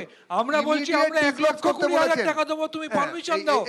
আসামের জন্য 35 কোটি টাকা দেওয়া যায় বিহু উৎসবে, যেহেতু সেখানে বিজেপি সরকার আছে, আর বাংলায় তৃণমূল আছে বলে পারমিশন দেওয়া যায় না। দ্বিতীয়ত এই যে 350 বাড়ি যে ভেঙেছে এখনো পর্যন্ত ওনাদের দেওয়া হিসেব অনুযায়ী 350 মাটির বাড়ি। আবাস যোজনার টাকাগুলো কোথায় গেছে? ইউসি কেন দেওয়া হয়নি? এইখানে আরো মজার কথা শুনবেন, 350 মধ্যে এইটা বলতে দিন, এটা জানেন না, দেখো এটা তো আপনার সুবিধা হবে বলতে, পরবর্তীকালে আর এটা তুলবেনই না এটা শোনার পরে। এই যে 350 বাড়ি ভেঙে পড়েছে, খুবই দুর্ভাগ্যের বিষয়, হাসছি শ্লেষের হাসি। ভাবুন, লোকগুলোর মাথা থেকে চাল চলে গেছে। সেখানে জিও ট্যাগিং করেছে এই রাজ্যের সরকার, যে সেখানে নাকি পাকা বাড়ি বসানো হয়ে গেছে 150 বাড়িতে, 147টা 150ই ধরুন, 350 বাড়ির মধ্যে 147টা বাড়িতে এই রাজ্য সরকারের লোকেরা জিও ট্যাগিং করে দিয়েছে যে ওখানে বাড়ি হয়ে গেছে। তাহলে এই ব্যাপারটা কে দেখবে? চৌকি পেতে মোদিজি এসে দেখবেন, এইবারই তো মানুষ আমাদের দায়িত্ব দেবেন, আগেবারও দিয়েছিলেন, এবারেও দেবেন। আমি আবারও বলছি, যে কথা এরা বারে বারে মিথ্যে কথা বলছেন এবং বোঝানোর চেষ্টা করছেন, দাদা নিজেও 1 মিনিট, দাদা আপনি সাংসদ ছিলেন, আপনি সাংসদ ছিলেন, 1 মিনিট বিশ্বদা আমাকে একটু বলতে দাও। দাদা আমাকে লাস্ট একটা লাইন বলছেন, তো সাংসদ ছিলেন দাদা ভালো করে জানেন সাংসদের টাকা মমতা বন্দ্যোপাধ্যায়ের তহবিলে, মানে রাজ্যের মুখ্যমন্ত্রীর তহবিলে আসে, তারা নিজেরা তার থেকে 12 পয়সাও খরচ করার সরাসরি অধিকার নেই। সেই তহবিলের টাকা যদি ধরে নিন, বিজেপির সাংসদদের টাকার হিসেব দিন, হিসেব কে দেবে ভাই?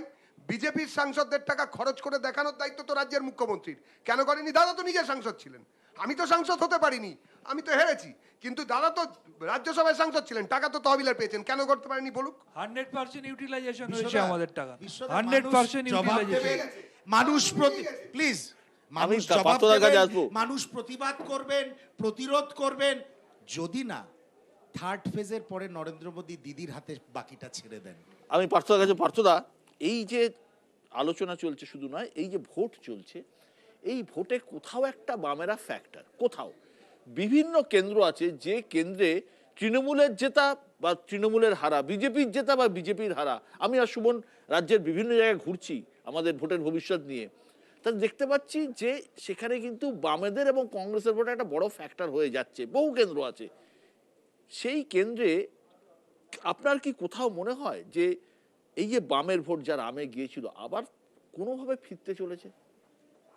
দেখুন, প্রথমত আমিও আপনাদের অনুষ্ঠানটা দেখেছিলাম যে ভোটের ভবিষ্যৎ যেগুলো করছিলেন, আসলে ভোট সেভাবে কারোর হয় না। মানে আমি আপনাকে বললাম বামের ভোট, রামের ভোট, জবা ফুলের ভোট, মানুষ বিশ্বাসের উপর থাকেন, মানুষ হচ্ছে যে তাদের সাথে আন্দোলন সংগ্রামের মধ্যে দিয়ে, তার অভিজ্ঞতার মধ্যে দিয়ে থাকেন। ফলে মানুষের এটা ঠিক যে একটা অংশ হচ্ছে যে বামপন্থী ভোটাররা, তারা হচ্ছে তৃণমূল বিরোধিতার জন্য হচ্ছে যে বিজেপিকে ভোট দিয়েছিলেন একটা পর্যায়ে, কিন্তু কার্যত যদি দেখেন যে বিজেপি যে সুযোগটা পেয়েছিল সেই সুযোগ খুব কম পায় কেউ না, কিন্তু বিজেপি বিরোধী হওয়ার সেই বাস কার্যত মিস করেছে।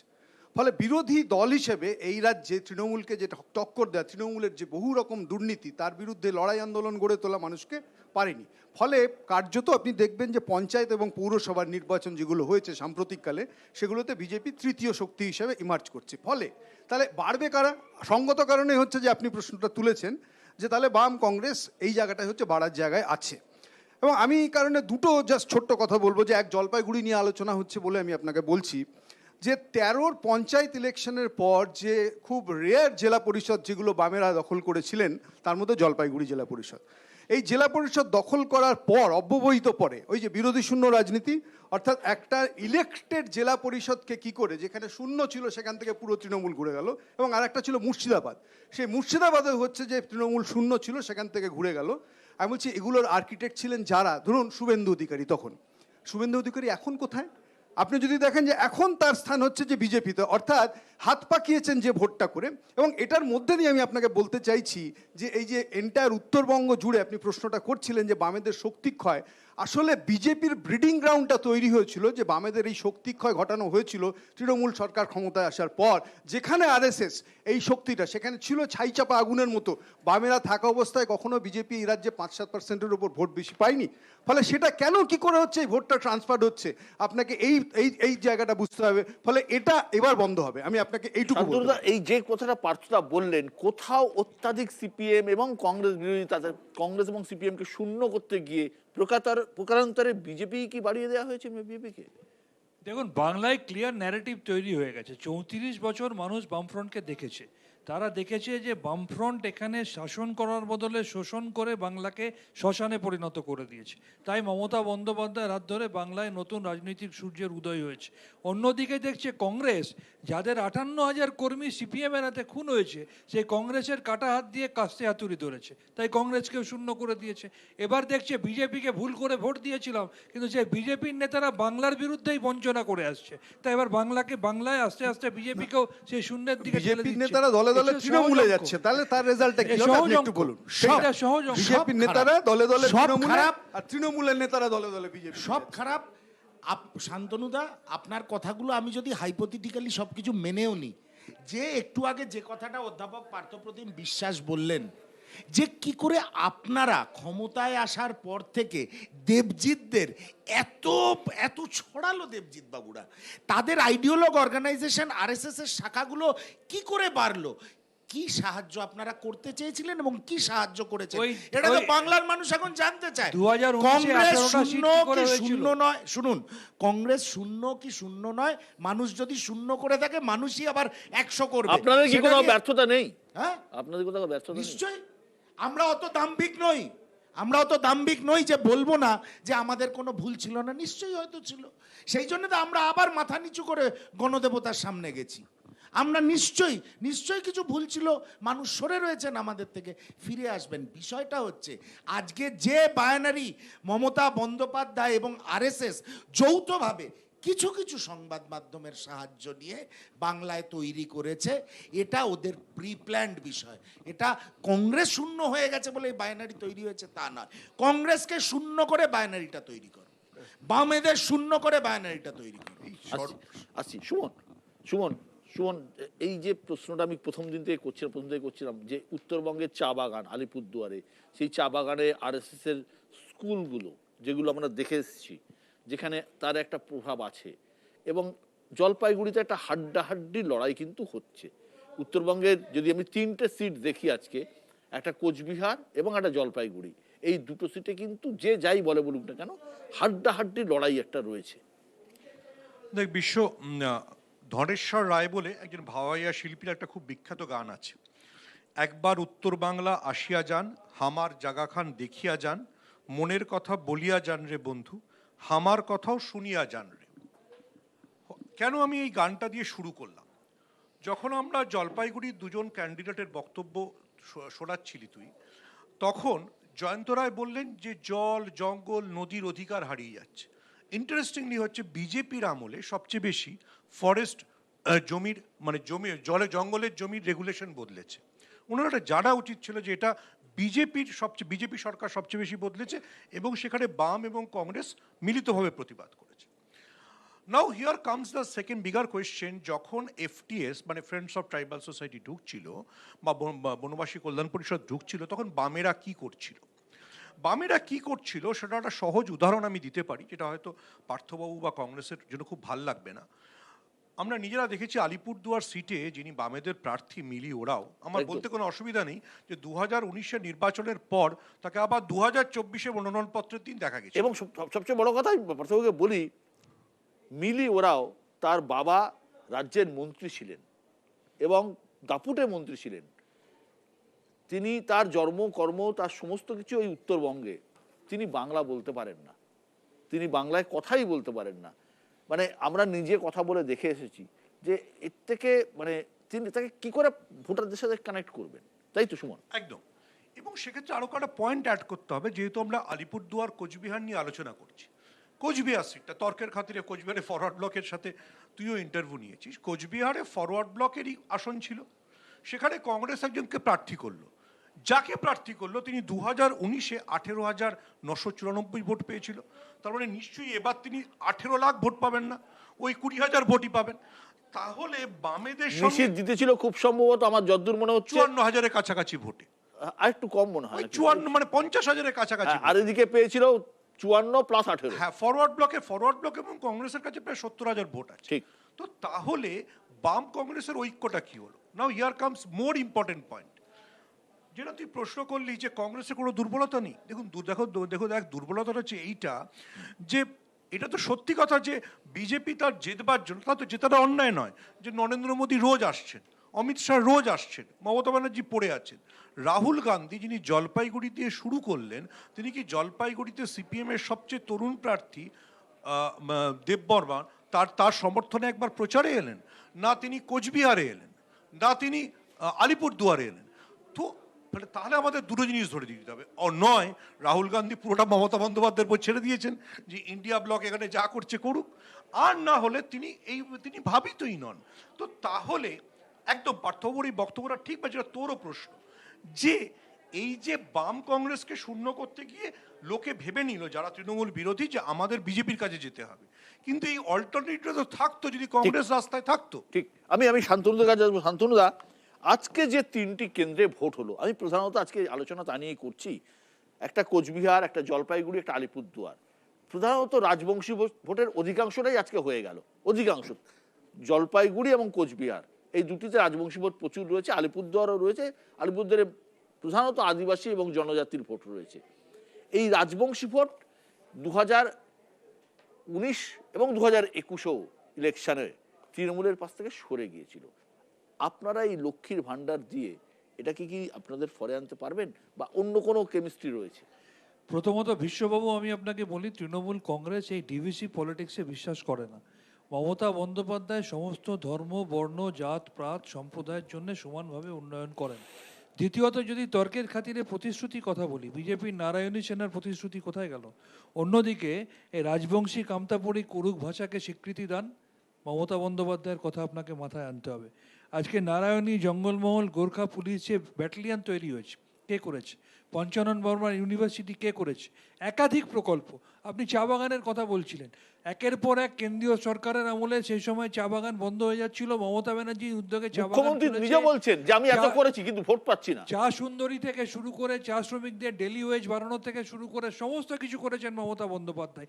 সেই জন্যই তো এবার বদলের জন্য অপেক্ষা করছিল, সেই জন্যই তো এত মা বোনেরা লাইনে দাঁড়িয়ে 70, 75, 77, 78% ভোট হয়েছে, এবং তার প্রতিফলনটা সেই কারণেই তো দেখবেন 3-0-তে তৃণমূল কংগ্রেস বিজেপি এবং অন্যান্যদের কিভাবে গোহারান হারায়। আমি শান্তনুদাকে একটা প্রশ্ন করতে পারি, যেহেতু শান্তনুদা ডাক্তার, বিষয়টা ভালো জানে, কিন্তু কোথাও কি রায়গঞ্জের এইমস কল্যাণীকে সরিয়ে আনার দাম কি তৃণমূলকে দিতে হচ্ছে উত্তরবঙ্গে? দেখুন, আমি পার্লামেন্টারি হেলথ স্ট্যান্ডিং কমিটির মেম্বার ছিলাম। আপনাকে জানাই, ভারতবর্ষের অধিকাংশ এইমসে আমার ভিজিট করার সৌভাগ্য হয়েছিল। এইমসের কথাগুলো কি করুণ পরিণতি যদি বলতে হয়, বিশ্বটাকে আর একটা শো করতে হবে, সেই আলোচনা না তোলাই ভালো। এটা বাংলার মমতা ব্যানার্জি নয় যে হাসপাতালের ইনফ্রাস্ট্রাকচারের সার্বিক ডেভেলপমেন্ট করেছে। নরেন্দ্র মোদী প্রচার সর্বস্ব, পাবলিসিটি মাস্টার, সংখ্যা বাড়ানোর জন্য খালি এতগুলো এইমস করেছি। ঘুরে দেখুন, ডিপার্টমেন্ট আছে, ডাক্তার নেই, ফরেন্সিক মেডিসিন ডিপার্টমেন্ট আছে, পোস্টমর্টমের মর্গ নেই, এরকম একাধিক বললাম। তো এটা যদি বলতে হয়, আমার কাছে তথ্য আছে, বিশ্বটাকে আর একটা বড় শো করতে হবে। হসপিটালের মতো যেখানে শুধু গেটটাই খুব কস্টলি, দেবজিৎ, আর তৃণমূলের ভিতরটা পুরো বক্তব্য ফাঁকা। কেন বিজেপির সমালোচনা করছি বলে কংগ্রেস বন্ধুর এত গায়ে জ্বালা কেন? আমি তো কংগ্রেসকে কিছু বলিনি। মানে আতাতটা এতই গভীরে, একদিকে সিপিএম এর উত্তরীয় পরে ঘুরতে হবে, আবার বিজেপিকে অক্সিজেন দিতে হবে, সেই জন্য বিজেপি বিরোধী কথা বললে স্টুডিওতেও তৃণমূলের বিরোধিতা করতে হবে। চিন্তা করবেন না, সেকেন্ড স্টুডিওতেও তৃণমূলের বিরোধিতা করতে হবে। পরেই দেখবেন লুজ দিয়ে দিয়েছে নরেন্দ্র মোদী, চিন্তা করবেন। আরে দেখতে পাচ্ছি আমরা তো, 2021-এ অধীর তো দেখতে পাচ্ছি, 2021-এ আপনাদের অধীর সঙ্গে বাবুকে দেখতে নরেন্দ্র পাচ্ছি। মোদীর সেটিং দেখেছি বিধানসভা অধীর নির্বাচনে। বাবুকে তো দেখতে পাচ্ছি। আমরা দেখেছি। বিশ্বদা, একটা বিনম্র আবেদন, আইএনডি, সর্বভারতীয় আইএনডি ইয়া জোটের এরা যদি নিজেদের মধ্যে আকচাকচি বন্ধ করে আমাকে যদি একটু এয়ার টাইম দেন, তাহলে কয়েকটা কথা বলি। এই তৃণমূল বলছে মা বোনেরা যা ভোট দিচ্ছেন লক্ষ্মীর ভান্ডারের এফেক্ট কিন্তু না, 3-0। একদম ওই তো বোঝাই তো যাচ্ছে, লক্ষ্মীর ভাণ্ডারটা বোঝার জন্যই তো ওই সন্দেশখালিতে রাত্রির 8টার পরে কীভাবে লক্ষ্মীর ভাণ্ডার পেতে হবে সেটার জন্যই তো রাত্রির 8টার পরে ডাকতেন। আমি বলিনি, ওই এই রাজ্যের মহিলা কমিশনের রিপোর্ট, জবানবন্দি আর কি। মহিলা কমিশন বলে যে দপ্তরটা আছে না এই রাজ্যে, সেই রাজ্য সরকারের যে দপ্তর, সেই দপ্তরের এই ধরনের কথাবার্তা শুনেছি বটে।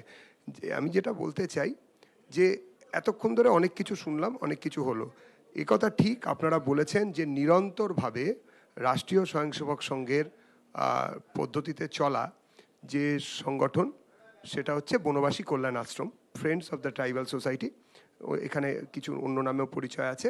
তারা একল বিদ্যালয় চালিয়েছেন, অর্থাৎ একজন মাত্র শিক্ষক, তিনি গ্রামে গঞ্জে গিয়ে তিনি চালিয়েছেন। দেখুন, এই কাজ বামেরাও করতে পারতেন না তা নয়, কিন্তু বামেরা কখনোই উত্তরবঙ্গের ওই জায়গাগুলোতে ওইরকমভাবে পাত্তা খুব একটা দেননি। ভাবতেই পারেননি যে 34 বছর আছে অষ্টম বামফ্রন্ট যে হবে না, সেটা ওনারা বিশ্বাসই করতে পারেনি। কিন্তু যে জিনিসটা হয়েছে, আমি 1 মিনিট বলে নি পার্থদা, যে জিনিসটা হয়েছে আজকে মমতা বন্দ্যোপাধ্যায় একটা উত্তরকন্যায়, আপনি বলুন একজন সচিব আছেন, একজন সচিবের নাম করুন, আপনি তো বরিষ্ঠ সাংবাদিক, এতে তো কোনো অস্বীকার করা যায় না।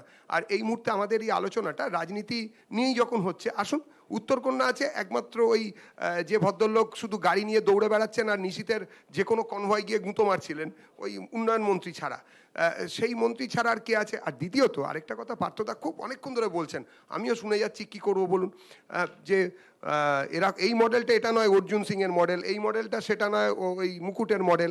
এই মডেলটা মানুষ তো সেই মডেলটাকেও গ্রহণ করেছিলেন এবং পরীক্ষা করেছেন, তারপরে বর্জন করেছেন। বাইরনের মডেল মনে পড়ে? বাইরন, উরে বাবা, এই যে আমার দুপাশে বসে আছেন যারা বাইরনকে জিতিয়েছিলেন, এবং এই কথা কি কংগ্রেসের মুখপাত্র বলবেন যে না, বাইরনকে জেতানোর জন্য বামেদের কোনো অবদান ছিল না? অবশ্যই ছিল, অবশ্যই ছিল। আরে বিড়ি বাঁধতে যদি পাতার বড় অবদান থাকে বা ওই ইয়ের অবদান থাকে, সুতার অবদান আছে।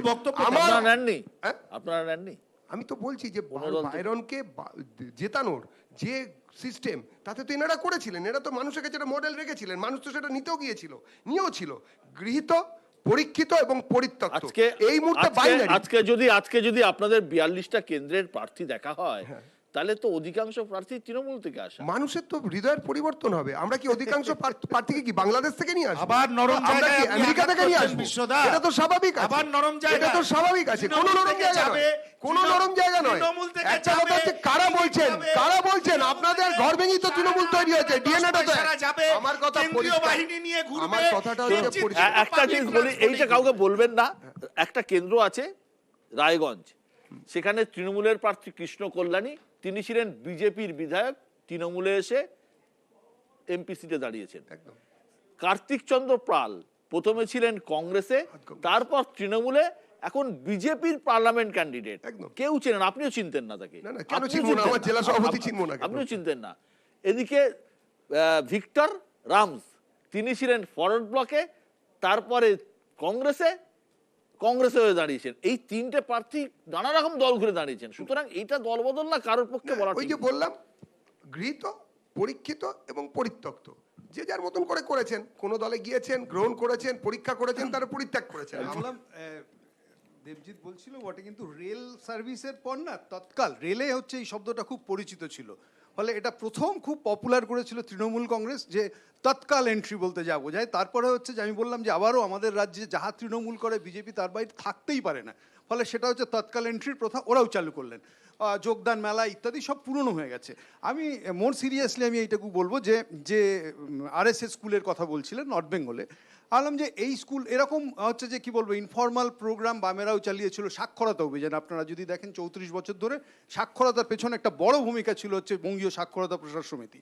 ফলে উল্টো আপনি যদি বলেন যে ফর্মাল স্কুলিং যে জায়গায় যাচ্ছিল অবৈতনিক শিক্ষা হওয়ার পর, স্কুল যেভাবে খুলেছিল, এখনকার মডেল না, এখন হচ্ছে স্কুলে রং হয় কিন্তু স্কুলে মাস্টার নেই, এখন হচ্ছে যে হাসপাতাল উদ্বোধন হয় কিন্তু ডাক্তার নার্স নেই, চিকিৎসা নেই। আপনি দেখবেন কল চাচ্ছে জঙ্গলমহলে, কিন্তু সেখানে কলের কানেকশন আসছে কিন্তু জল পড়ে না। আমি বলছি যে এই উন্নয়নের মডেলটা হচ্ছে যে আগে কখনো দেখেনি বামেদের সময়। ফলে কার্যত, আর বিজেপি তো আমি আপনাকে বললাম যে ট্রেলার বলতে যা বোঝাচ্ছে গত 10 বছর ধরে, তা যদি হয় এবং অরিজিনাল পিকচার এখন নাকি আমরা দেখব, তাতে যে পরিমাণ আমি বলবো যে কাজ, যে পরিমাণ বেকারি, যে পরিমাণ বৈষম্য, যে পরিমাণ আয়ের বৈষম্য বেড়েছে, যে পরিমাণ মানুষের খিদে বেড়েছে, পেটে ভাত নেই, হাতে কাজ নেই, ফলে এবার দাঁড়িয়ে কেবল রাম, রামনবমী, রাম ভক্তি, রামরথ এর উপর দাঁড়িয়ে হচ্ছে যে ভোটটা করতে চাইছেন। আমি বলছি একটা বলে শেষ করব, ভোটটা আসলে এবার হবে, আপনার অনুষ্ঠানে বহুবার বলেছি, it's a referendum to Modi, it's a yes Modi আর নো মোদি। এটা ইয়েস রাম ভক্ত নো রাম ভক্ত না, দেখুন, ওরা চাইছে আসলে গর্বের 34-এ তো আমলাশোল ছিল, গর্বের 34-এ পিঁপড়ের ডিম খাওয়া আমলাশোল এই রাজ্যেই তো ছিল। আবারও বলছি গর্বের 34 আমাদের রাজ্যে দারিদ্র অন্য যে কোনো রাজ্যে আপনারা যখন গুজরাট চালাতেন তার চাইতে হচ্ছে কম ছিল, এইটুকু বলতে পারি। আমি একটা কথা বলতে পারি, দেখুন আপনারা খুব ভারী ভারী কথা বলছেন, কিন্তু আমি এবং সুমন, আমার সহকর্মী সুমন, আমরা মোটামুটি পশ্চিমবঙ্গের নর্থ বেঙ্গলের সবকটা কেন্দ্র ঘুরে ফেলেছি, সবকটা কেন্দ্র, এবং মানে সারাদিন ধরে ঘুরেছি। এবং আমি সাধারণত এই ঠান্ডা ঘরে বসে সপ্তাহে একটাই শো হয়, তার কারণ বাকিটা ঘুরি, মানুষের সাথে বোঝার চেষ্টা করি যে কি হচ্ছে। আমার কোথাও মনে হয়েছে, বা সুমনেরও কোথাও মনে হয়েছে, এবারে কিন্তু গোটা উত্তরবঙ্গে বিজেপির যে একটা ঝড় ছিল 2019 এবং 2021-এও, এবার কিন্তু সেটা নেই। কোথাও একটা মনে হয় সিট জিতবে কি জিতবে না বলতে পারবো না, হয়তো জিতবে, কান ঘেঁষে বেরিয়ে যাবে, কিন্তু কোথাও সেই ঝড়টা কিন্তু নেই যে একটা বিরাট একটা জিতে যাচ্ছে, সব জিতে গেল, তা নয়।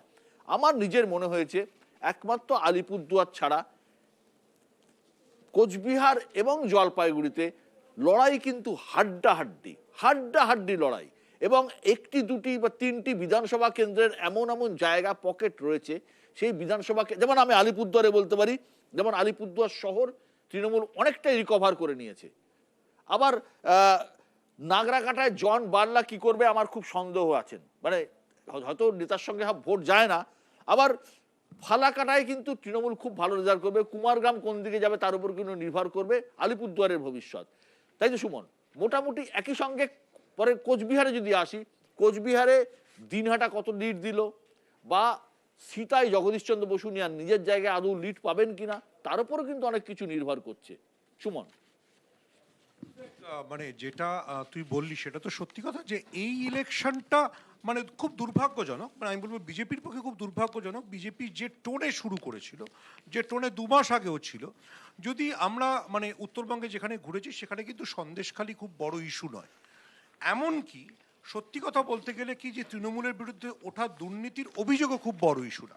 কিন্তু আমি এটা বলছি না যে জয়শ্রীরাম বড় ইস্যু নয়, রাম মন্দির প্রাণ প্রতিষ্ঠা অবশ্যই ইস্যু আছে, কিন্তু যে মানে লাহার বা যে মানে প্রবাহ বিজেপি আশা করেছিল সেটা নেই।